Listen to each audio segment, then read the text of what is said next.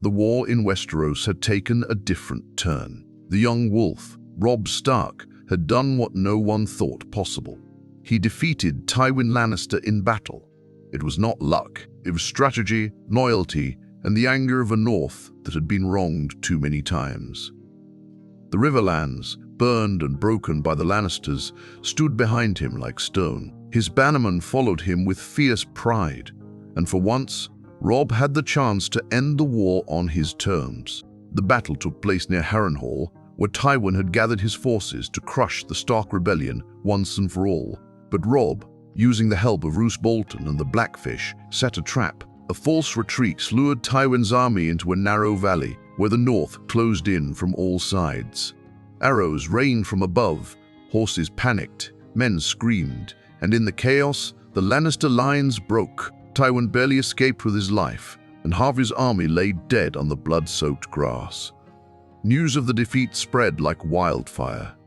In King's Landing, Joffrey screamed in anger, while Cersei turned pale with fear. The power of the Lannisters had never been questioned before. Tywin was the lion, strong, sharp, untouchable. But now he was a wounded beast, limping back to the capital with a shattered army and shame on his name. Robb Stark did not march on King's Landing immediately. He was not reckless. Instead, he sent ravens across the realm. The North remembers, his letters said. He offered peace, independence for the North and the Riverlands in exchange for an end to bloodshed, but he also promised more war if the crown refused. In Riverrun, Catelyn Stark wept with pride. Her son had done what her husband died trying to do. Sansa was still a hostage in King's Landing, but now Robb had power. Real power. Catelyn hoped that would be enough to bring her daughter home. Arya was still missing, lost in the war-torn south, but rumors reached them of a fierce little wolf traveling with outlaws. The Lannisters, however, were not defeated yet. Tywin may have lost the battle, but he still had gold, allies, and most importantly, the Iron Throne. He called on the Reach, on the powerful House Tyrell, and promised wealth and marriage alliances. But the Tyrells were not blind. They had seen Tywin fall, and whispers said Robb Stark was not only a good fighter, but a fair and just ruler. In the north, Robb returned to Winterfell for the first time since his father's death. The castle had been damaged, but seeing the grey walls again gave the men hope. The people cheered for him. King in the north, they cried, and for the first time, Robb allowed himself to smile, but deep inside, he knew the war was not over. Victory brought enemies too. Roose Bolton, silent and cold, began acting strangely. He disliked the idea of independence. He wanted more power, and now that Robb was the hero, Bolton's ambitions began to grow. At the same time, Balon Greyjoy still held parts of the north, and Robb would need to deal with that threat soon.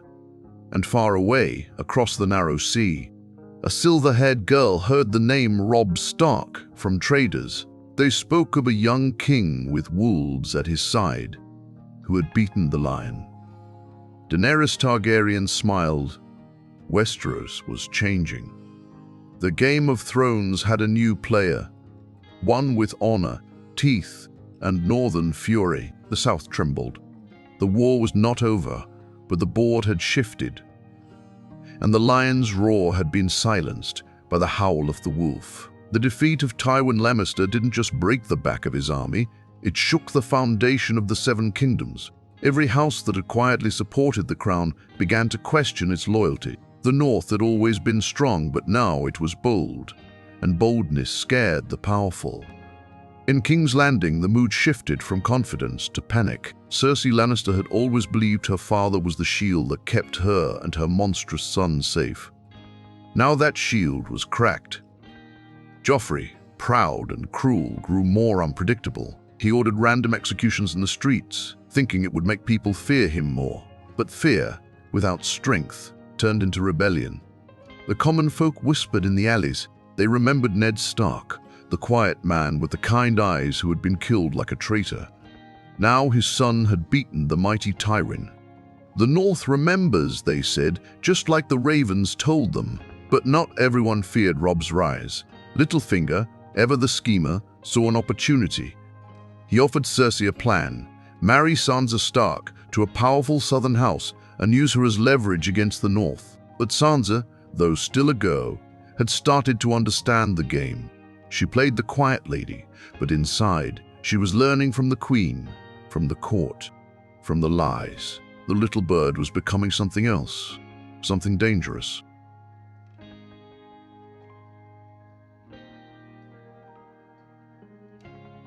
Back in the north, Robb called a meeting at Winterfell. Lords from Bear Island, the Dreadfort, Deepwood Motte, and the Vale of Arryn came to see the boy who had turned into a king. Some came out of loyalty, some came out of fear, and some, like Roose Bolton, came out of ambition. Robb stood before them, not in golden armor or rich robes, but in leather and fur, a son of the north. He spoke simply. "We are free men. We have spilled blood for our people. I will not bend the knee to a throne that murdered my father and stole my sisters."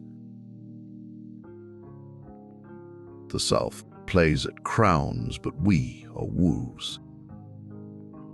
And wolves do not kneel. The room erupted in cheers. But behind the smiles, plots began to grow. Bolton watched, quiet as ever. His bastard son Ramsay was already causing trouble, burning villages in the name of the Dreadfort. Robb had heard the rumors, flayed men, missing women. But war made it hard to choose the battles you fought first. To the west, the Ironborn continued their raids. Balon Greyjoy had taken the chance to seize parts of the north while Robb was at war. He crowned himself King of the Iron Islands and sent Theon to hold Winterfell. But Theon, torn between love for his foster family and the need to please his real one, made a fatal mistake. He betrayed the Starks.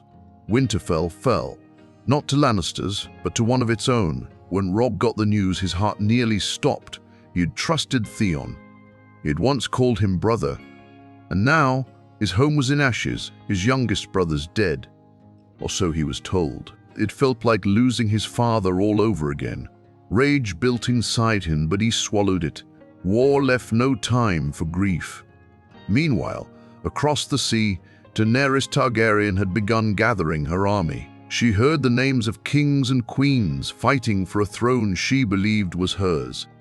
But one name stood out to her: Robb Stark, a king not of bloodlines but of honor. She grew curious. Would he be an ally or just another enemy? In the Riverlands, Jaime Lannister remained a prisoner. His golden hand was useless against the iron grip of the North. But Jaime was no fool. He saw the tides turning. Brienne of Tarth watched him closely, and though he mocked her, a small respect grew between them. One day they would escape, but not yet. Back in King's Landing, Varys watched it all with quiet eyes. He sent spiders crawling through Westeros, collecting secrets. "Power is a trick," he whispered to himself. And the boy in the north is learning it fast. Robb Stark had won the battle, but the game was far from over. Robb Stark stood in the ruined halls of Winterfell. Snow drifted through the broken roof, and the air was thick with smoke and old blood.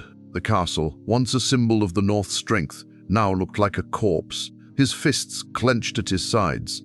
Theon's betrayal had cut deeper than any Lannister sword, but Robb didn't scream, didn't cry. He stood in silence, letting the pain harden into something colder. "They say Bran and Rickon are dead," said Lord Umber behind him, voice low. "They say many things," Robb replied, "but I haven't seen their bodies. Until I do, I won't believe they're gone." Deep inside, Robb refused to accept it. He remembered Bran's small hands gripping his cloak, Rickon hiding behind Maester Luwin. The thought of their tiny bodies hanging in the courtyard haunted him, but he held on to doubt like a sword. It gave him purpose. Outside the gates, the North remembered. Robb's return stirred something in the people. Even in ashes, Winterfell's heart beat strong. The Starks were not gone. The king in the North had come home, and he would take revenge. Theon Greyjoy, meanwhile, was not celebrating. His own men had turned on him. Betraying the Starks had not earned him respect, only fear and hatred. The Bolton bastard, Ramsay Snow, captured him, pretending to be a friend. But Ramsay's kindness was a mask. Soon, Theon learned what true horror was. Locked in a cold chamber, stripped of his name, Ramsay began breaking him piece by piece. Theon Greyjoy died slowly, and Reek was born.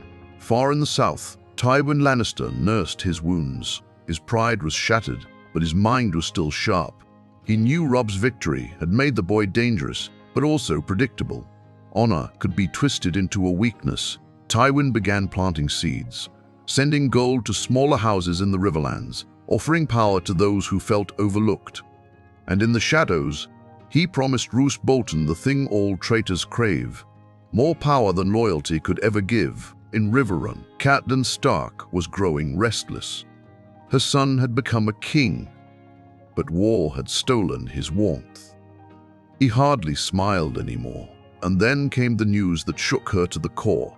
Robb had broken his marriage pact with the Freys. He had fallen for a noble girl from Volantis, Talisa. Beautiful, kind, and clever. But not a Frey. Catelyn warned him, "You don't break a promise to Lord Walder Frey, not without a price." Robb brushed it off. "I love her, mother." Catelyn's heart broke at those words. Love had no place in this game, not when allies were made with marriages, and enemies grew stronger with every mistake. At the twins, Walder Frey fumed. "He spits on my name," the old man hissed. "He thinks I'm a joke." And just like that, another hand reached for a knife behind the young wolf's back. Elsewhere, in the Vale, young Lord Robin Arryn played with his bird, while his mother Lisa read letters with growing interest. Pettier Baelish had begun whispering again, and when Littlefinger whispered, "Kingdoms bled." "Robb is a wolf," he told her sweetly. "But wolves can't climb mountains." Maybe it's time the Vale decided who they truly serve. In King's Landing, Sansa Stark walked the halls like a ghost. The more Joffrey tormented her, the more she learned to wear a mask. Her heart ached for the North, but she learned to wear a mask. Her heart ached for the North, but she learned to smile at her captors. The courtiers laughed at her, pitied her, ignored her, and she remembered every face. One day she swore they would remember hers. Meanwhile, Arya Stark was alive, wild and angry, traveling with the Brotherhood without banners. She learned to fight, to hide, to survive. She dreamed of Robb sitting on the Iron Throne, of reuniting with her mother, of burying her enemies with her own two hands. Her list of names grew longer. Robb had the North. He had loyalty. He had victories. But slowly, unseen, the walls were closing in. Tywin planned. Bolton watched. Frey waited. And even love, which should have been a comfort, now dangled like a sword over Robb's head. The young wolf had won the war's biggest battle. But winter was far from over. The snow fell heavier as Robb Stark marched south again, but this time it wasn't with the confidence of a rising king. It was with the weight of betrayal slowly circling his army. The fire that had once burned hot after defeating Tywin Lannister was now flickering. His bannermen still followed him, but cracks were forming. Whispers, doubts, fear. The Freys had not responded to his letters. Not a single raven returned. Walder Frey's silence was louder than any threat. Robb knew he had shamed the man by marrying Talisa, but deep down he believed that honor and honesty could mend any insult. Catelyn Stark knew better. She had lived through enough of Westeros to see what men like Walder Frey were capable of. "He'll smile to your face and put a dagger in your back," she warned. "You gave him insult, Robb. An insult is remembered longer than injury." Robb looked into her eyes, torn between duty and love. "Would you have me live a lie, mother? Marry a woman I don't love for the sake of a bridge?" Catelyn didn't answer. She knew this war wasn't about love. It was about survival. And love, in Westeros, was often a slow kind of death. Meanwhile, Roose Bolton sat silently during council meetings, always calm, always watching. His men were growing stronger in numbers. He had taken Harrenhal under Robb's banner, but it was clear the Dreadfort had its own ambitions. Robb didn't fully trust him. No one did, but war forced strange hands to hold swords together. At the same time, Balon Greyjoy sent word from the Iron Islands. He wanted to be recognized as King of the Seas, ruling the western coast without interference. Robb, desperate to secure the North's borders, considered it. But the thought of making peace with the man who had taken Winterfell and killed his brothers burned in his chest. But that wasn't the only fire burning. News arrived at camp. Stannis Baratheon had regrouped after his defeat at Blackwater and was marching north. Not toward King's Landing, but toward the Wall. The wildlings were crossing in great numbers and rumors of dark magic filled the air. For a moment, Robb thought of Jon Snow. His brother was at the Wall, a brother he couldn't speak to, a brother he couldn't protect. Every raven carried bad news. Back in King's Landing, Tywin Lannister, though defeated in the field, was winning the war from his chair. He placed Tyrion as master of coin, moving pieces around like a master player. He arranged a marriage between Sansa Stark and Tyrion, a cruel trick to hold the North through a hostage wife. Tyrion protested, Sansa wept, but no one disobeyed Tywin. The Tyrells began to grow uneasy. Lady Olenna Tyrell, sharp as ever, saw the way Cersei and Tywin twisted everyone around them. She didn't trust the Lion, but she wasn't ready to side with the Wolf either. Not yet. Far away in Essos, Daenerys Targaryen marched across Slavers Bay with an army of freed men and 3 growing dragons. She heard of Robb Stark through traders, a northern king who fought with honor and refused to kneel. She respected that, but she also knew the cost of mercy. She had been merciful once. Then she learned better. And somewhere in the Riverlands, Arya Stark was close. So close to reaching her family.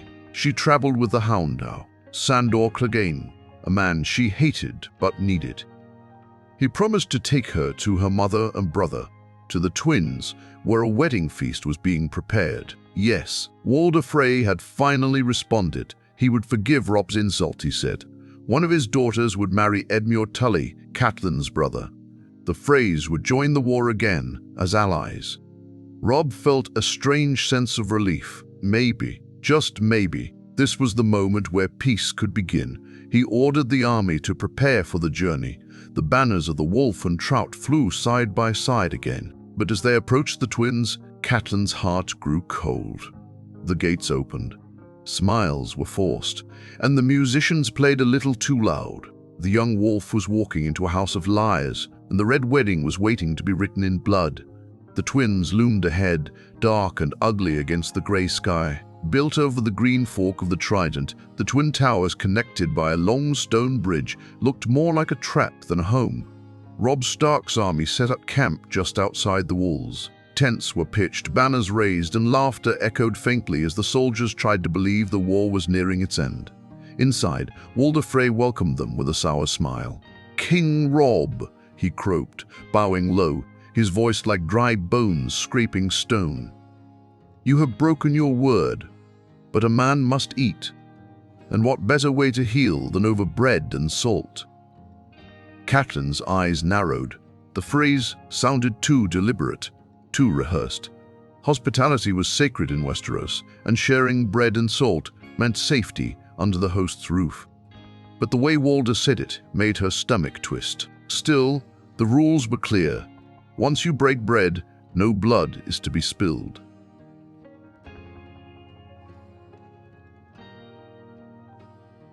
The feast began with drums, laughter, and barrels of wine. Robb stood proud beside his uncle, Edmure Tully, who was red-faced and nervous about marrying a Frey girl he'd never seen. But when Rosalind Frey entered the hall, Edmure's tension melted.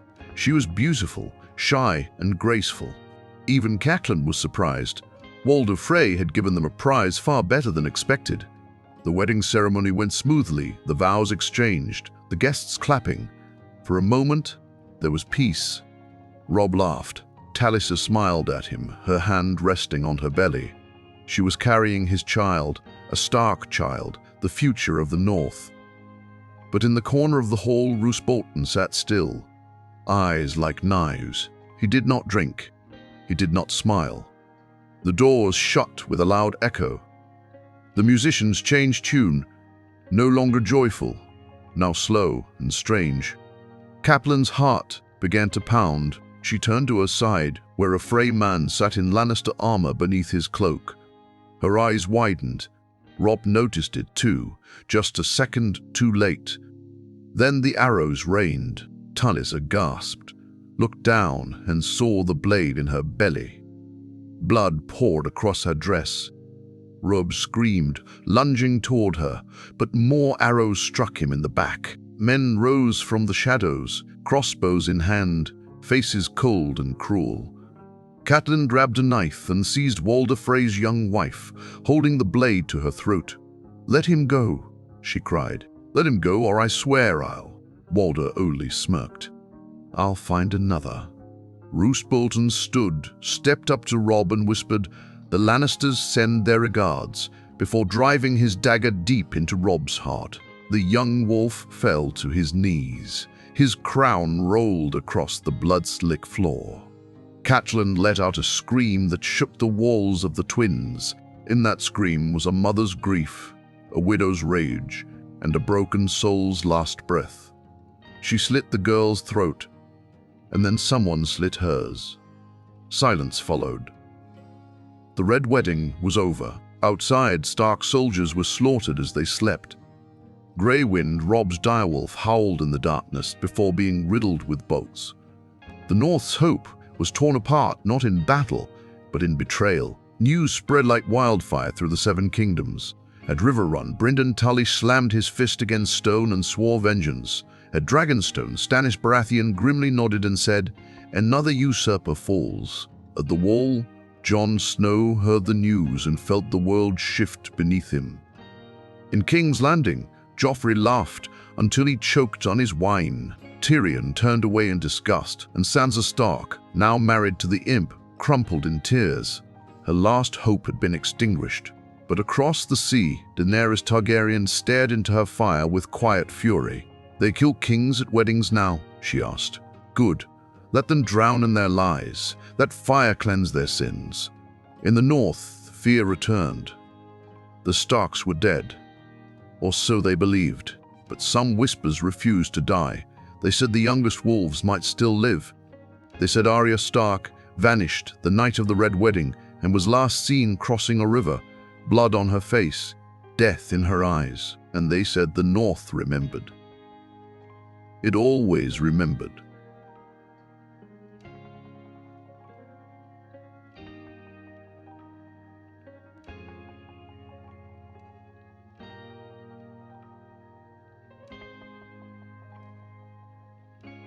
Tywin Lannister returned to the lands once ruled by House Stark. With Robb dead, Catelyn slain, and Winterfell still in ruins, it seemed the wolf's howl had finally been silenced. The Lannisters celebrated. The Freys feasted. Roose Bolton was named Warden of the North, his reward for betrayal sealed by the blood of the Red Wedding. But beneath the snow, the North stirred. At the Wall, Jon Snow received the raven bearing the worst news of his life. Robb, gone. Catelyn, gone. House Stark, destroyed in the most dishonorable way possible. He stood in the cold winds, fists clenched, heart pounding.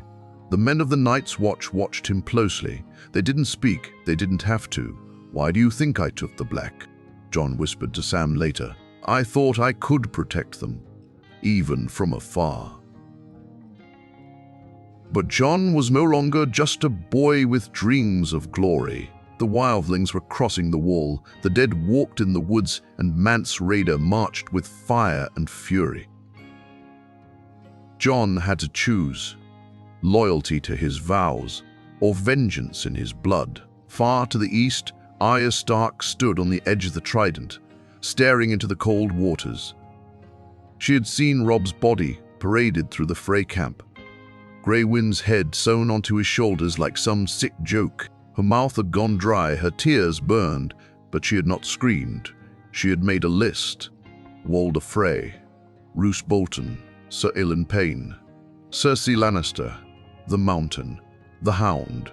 And now, more names were added. She whispered them every night before sleep, like prayers to a god that had never answered.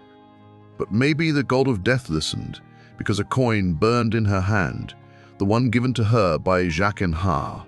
Valar Morghulis, she repeated to herself. She was no longer a girl, not truly. Arya Stark died at the Twins. What rose in her place would be something far more dangerous. Back in King's Landing, the lion's smile stretched wide. Tywin Lannister declared victory over the North. The realm was at peace, he said, though the streets whispered a different truth. Sansa Stark, now trapped in a marriage to Tyrion, moved through the Red Keep like a ghost. Every smile, every joke, every cup of wine served reminded her of the brother she lost, the mother she loved. On the night she heard of the Red Wedding, she stood by the window of her chamber, staring down at the black water. Tyrion tried to speak to her. He tried to offer kindness, but Sansa didn't want kindness. She wanted revenge, yet the Lannisters did not know what they had done. They had not just slain a king, they had created martyrs. They had tried to kill a legacy, but instead they buried it alive. In the Dreadfort, Ramsay Snow was given the Bolton name, legitimized by royal decree for his loyalty. He now held the North, or so he believed. He ruled with fire, flaying men who whispered Stark, hunting small folk who still lit candles beneath the old gods' trees. He tortured Theon until there was nothing left to break. But the North does not forget. In the mountains, hidden clans began to gather again. In the deep woods, loyal bannermen whispered of rebellion. At White Harbor, House Manderley prepared in silence, smiling at the Boltons while sharpening blades beneath the table. And one night, a rider came to the gates of Castle Black. An old man, dressed in tattered rags, carrying a boy with strange eyes and crippled legs. Bran Stark had crossed beyond the wall. He had seen visions of fire and snow, of wolves howling in darkness, of a heart beating beneath Winterfell. His journey had changed him. He was no longer just a boy. The old gods had touched him, and the North, his North, would rise again, not with swords alone, but with something older and deeper. And in the Riverlands, a body was pulled from the water. Her throat was slit, her face bloated with death, but her eyes opened. And they remembered. Catelyn Stark had returned, but not as she once was. The North had no king now, no great army, no hope in sight, but the North remembered. And the wolves were not finished yet. Winter had come. The Boltons sat in Winterfell now, with its cold stone walls soaked in the blood of those who built it. Roose Bolton ruled with silence, and Ramsay ruled with screams. The Stark banners were torn down, burned, replaced by flayed men, a symbol of fear, not loyalty. But fear is a fragile crown. The people of the North bowed their heads, but they did not forget. In the taverns, in the woods, in the crypts beneath the old castles, they still spoke the name Stark, quietly, carefully, like a prayer they didn't want the gods to hear. Or perhaps desperately hoped they would. In White Harbor, Lord Wyman Manderley wore smiles like armor. He bent the knee to House Bolton. He sent food to Winterfell. He sang songs of loyalty. And in the kitchens, he baked pies. Pies made of missing Freys. Revenge had begun. Slowly, patiently. The North was bleeding, but it was not broken. Beyond the wall, Jon Snow stared into the vast white nothing. He had climbed to leadership through ash and ice, battle and betrayal. Mance Rayder had been defeated. The wildlings had come through the wall. Stannis Baratheon, self-declared king, had arrived to take the North in Robb's name. Too late to save him. But Jon saw something worse than war coming. The White Walkers had returned. creatures older than kingdoms. And now, word reached him. Roose Bolton held Winterfell. Ramsay Bolton tortured the people, and Stannis was preparing to march on them. Jon was torn. His blood screamed for vengeance, that his vows chained him to the wall. Still, the name Stark had not left his heart. When Stannis offered to legitimize him, make him Jon Stark, Warden of the North, the boy in him stirred. But the man who led the Night's Watch hesitated. Down in the Riverlands, something ghostly walked in the woods. Lady Stoneheart. Catelyn Stark had returned from the dead, reanimated by dark magic, but stripped of her voice, her warmth, her mercy. She no longer cried for her children. She avenged them. Leading the Brotherhood without banners, she hanged Freys, Boltons, and anyone who wore red or gold. Her face was twisted, her throat scarred, but her eyes burned with the fury of a mother's grief. The Red Wedding had birthed a new monster, not a queen, not a soldier, but a spirit of vengeance, and she would not rest. Across the narrow sea, Arya Stark stepped into the House of Black and White. No longer Arya, no longer wolf or girl. She was becoming no one. But deep inside, she still remembered. She still whispered names. Walder Frey, Cersei Lannister, the Mountain. Every face she put on was a mask over the true one, the Stark face. In King's Landing, chaos brewed. Tywin Lannister was dead, killed on the privy by his own son. Tyrion vanished, hunted. Cersei drank more than she ruled. Joffrey's poisoned corpse rotted beneath the sept, and Tommen, a boy too soft for the crown, wore it now. The lion's teeth were falling out. Sansa Stark escaped the city with Littlefinger's help. He took her to the Vale, whispered promises in her ear, trained her in the Game of Thrones, the true game. They killed your family, he reminded her. Don't beg for justice. Take it. Sansa was learning how to lie, how to smile, how to survive. And then a letter arrived, sealed with the Bolton sigil. Ramsay Snow, now calling himself Lord of Winterfell, had claimed her as his bride, a way to legitimize his rule in the north. Petyr smiled. A trap disguised as a marriage. Sansa didn't argue. She accepted, but not because she was weak, because she wanted to walk into Winterfell again. Not as a girl running for her life, but as a Stark walking among enemies. She would see Ramsay's face. She would know his lies. She would light candles in the broken crypts and remind the ghosts that their time had not passed. The Boltons thought the wolves were dead, that they could wear their skin like armor and be safe, but the wolves were coming back, and winter was not finished yet. Winterfell stood cold and quiet beneath a grey sky, but something had changed in the wind. The snow no longer brought silence. It carried whispers, whispers of wolves returning, of justice, of vengeance, of the North rising again. Sansa Stark walked its halls dressed in Bolton furs, but her eyes told a different story. She had returned not as a pawn, but as a player. Ramsay thought she was broken, that fear had made her soft. He played his games, the threats, the cruel touches, the mocking smiles. But Sansa endured it all like ice refusing to melt. Each night, she walked past the broken towers and burned rooms, remembering her brother's laughter echoing through the stone. She lit a candle in the highest window of the broken tower, the old signal she had once been told would bring help. No one came. Not at first, but the North was watching. In the shadows, small folk began to speak her name again. Sansa Stark, not Bolton, not Lannister. Stark, the girl who had survived the lions and returned to face the flayed men. And one day, the candle was seen. Theon Greyjoy, or what little was left of him, saw it.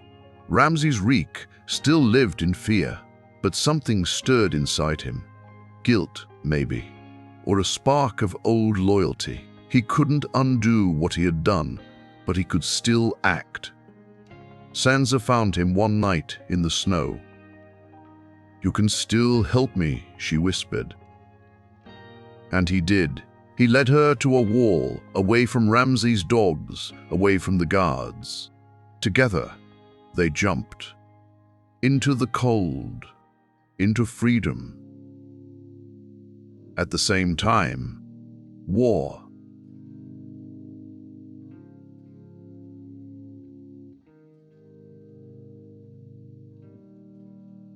Stannis Baratheon, hungry for the crown and desperate for legitimacy, marched on Winterfell.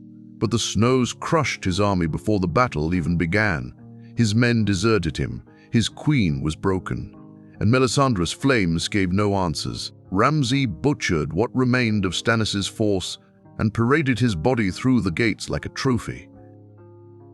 The flayed banners still flew. But they would not fly for long. In the far north, Jon Snow had been murdered by his own brothers, a knife in the dark, betrayed by those he swore to protect. But death did not claim him fully. Melisandre, broken by her failure to crown Stannis, looked into the flames one last time and saw a different king. A different fire. And the fire brought Jon Snow back. He rose with ice in his lungs, with vengeance in his eyes. The wall could no longer hold him. Oaths no longer bound him. The boy had died. The man had returned. When Sansa reached Castle Black, broken and half-frozen, Jon held her for the first time in years. They didn't speak for a long time. They didn't need to. The family was whole again, even if just a piece. And now it was time to take back what was theirs. The North was hesitant, broken, beaten. But when they saw Jon Snow, Ned Stark's son, standing beside Sansa, they remembered. When Lyanna Mormont, just a girl, stood in front of the great lords and said, "I don't care if he's a bastard. He has the blood of the first men. He's my king," they listened. One by one, the banners rose again. The Battle of the Bastards was brutal. Snow fell heavy on the fields outside Winterfell. Jon stood across from Ramsay, eyes locked, swords drawn. Ramsay smiled his sick little smile and loosed his arrows. Men died, horses fell, bodies piled. Jon fought like a man already dead, cutting through Bolton's like a storm. He was dragged down, suffocating beneath blood and mud, until the Knights of the Vale arrived. Littlefinger had come. Not for Jon, not for the North, for Sansa. It was enough. Ramsay fled back to the gates, but they were closed against him. Jon's army stormed through. The battle ended with Jon's fists raining down on Ramsay's face, blood turning the snow red. In the kennels, Sansa watched Ramsay, chained and helpless. "Your house will disappear," she told him coldly. "Your name, your memory, all of it." Then she fed him to his own starving hounds. The Stark banners flew again. Winterfell was whole, scarred but proud. The North bent the knee to Jon Snow, calling him the White Wolf, the king in the North. And far in the distance, dragons flew over the sea. The dead marched in the snow. The game was not over, but the North remembered, and the wolves were home.